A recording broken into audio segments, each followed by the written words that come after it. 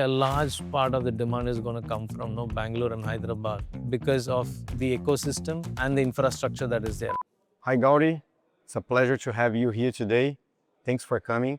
So before we start, can you give us a quick brief about your role in CapitaLand? And as we were talking, Clint, explain a bit more about your role and about your position in the market today, please. Thanks for having me here. It's a pleasure always to attend the GRI event wherever it is happening globally. Clint CapitaLand India, a listed trust in Singapore. We are a business trust.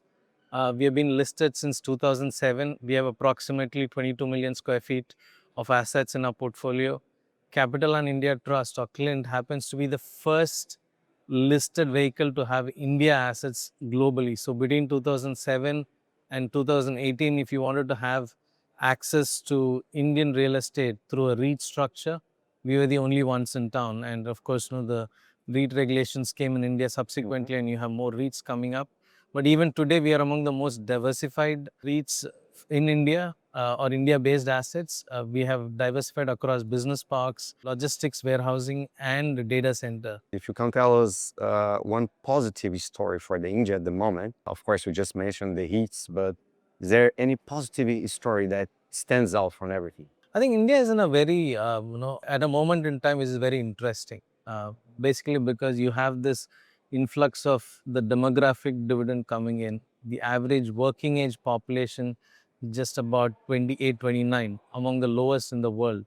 And you have close to 700, 750 million people, in the working age population. That, along with, the push towards infrastructure growth, infrastructure-led growth, and at the same time, not blowing the bank in terms of raising debt. No, the fiscal deficit is significant, is coming down quite significantly. So this is a mix of things which hasn't been in effect at any point in time in the past. So I think that's why India, despite what is happening globally, is able to move past and have its 6, 7, 8% growths with ease. And I think the world is also seeing the amount of capital that is being raised in India. So today, India is one of the best markets to list any entity. You have global entities coming to India and getting listed. So the ability to raise capital is significant. All the top asset managers are Indian institutions. 10 years ago, it used to be global institutions who used to be the largest asset managers.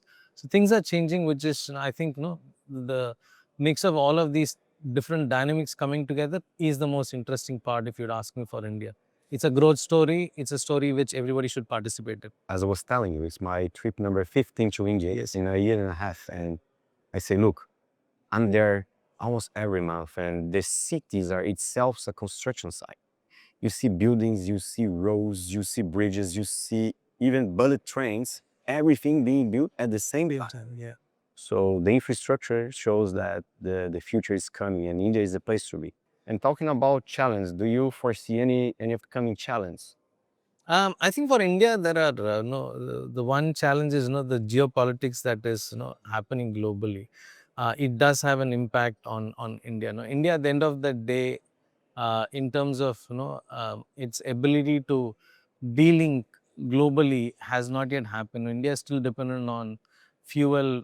It has to import a lot of its fuel, and it still has a large service sector industry which is dependent on global accounts. Therefore, means that geopolitics does have an impact on how India grows. India has a large demand. I mean, we have 1.4 billion people, digitized economy, mobile penetration among the highest in the world. All said and done, there is still a large amount of economy which is dependent on what happens globally.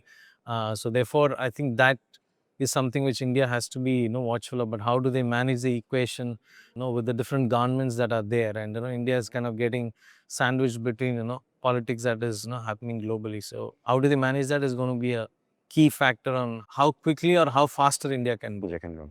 We just said every single asset class goes well, but if you have to pick one, is there any specific asset class you would say, wow, this is my preferred one, or this is the one that we are looking with more care? If you ask me my comfort, our bread and butter is business parks.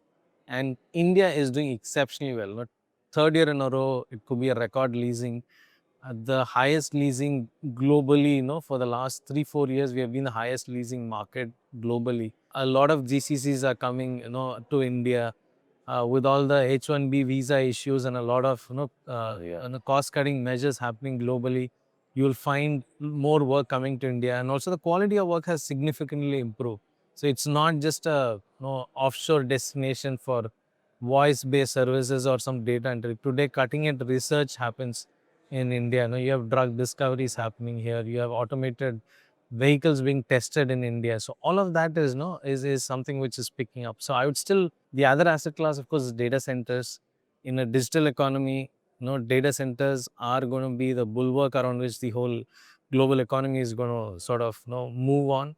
But yeah, it's a difficult business. You really need to understand the business. So I would say these two are the ones that kind of are making it very interesting Good. for us. Location-wise, Mumbai, Delhi, Bangalore. All the you six guys look- cities, all the six cities have, I mean, I was just looking at some of the quarterly reports which just got published in the last couple of days. So every city has done well. But I would still say the bets are going to be largely on Bangalore and Hyderabad are going to lead the market. And then you're going to have, Navi Mumbai and, I mean, Mumbai and Pune, then coming in third. And then Chennai is going to give tough competition as well. And, but that doesn't mean NCR is also going to grow. But I would still say a large part of the demand is going to come from Bangalore and Hyderabad because of the ecosystem and the infrastructure that is there. I think some of the other cities still need to catch up on one or the other, either the ecosystem or the infrastructure or both. You'd see the service industry actually shifting a lot. I mean, we can see that in our own portfolio. 10 years back, we would have like, about 75% of our portfolio would be global MNCs. Now almost, it's like 45-50% is domestic companies who are taking up spaces in our business park. So that's a huge shift, if you would say, and that's a continuing shift, I would say. And talking about global best practices, is there anything you could share with us based on your experience? Could be a simple thing like using digitization in the real estate industry, data driven approach. It still hasn't percolated. We haven't invested enough in Internet of Things or digital data collection, or we don't analyze as much data and use that data, mine the data, inference it, and then use that output into influencing real estate and services for our tenants in real estate. That is something which can be significantly improved upon, which India, I would say, is lacking. The other thing is also in terms of automation. India has a huge labor pool, but construction requires a lot of labor. So today you find that the cost of labor increasing significantly and actually pushing the timelines of projects further out. Today, I would say, therefore, automation, if they can do, and not just automation, even the construction methodologies, prefab. In the Middle East, it's mostly prefab construction. You don't find enough people climbing on tower cranes and putting it brick by brick, right? So prefab hasn't really kicked off in India that much. So I wish you had those technologies come in place which can fast track, accelerate construction, because there is demand. You need to meet that demand, which means you need to churn out more product out. And I think so some of these things India should focus on. I think this requires some amount of private capital investment, some amount of government policy intervention, a mix of both. How has Clint integrated sustainability in your operations now? Can you share a bit more? The hallmark of what we have been doing is essentially in us being rated 5-star by GRESB.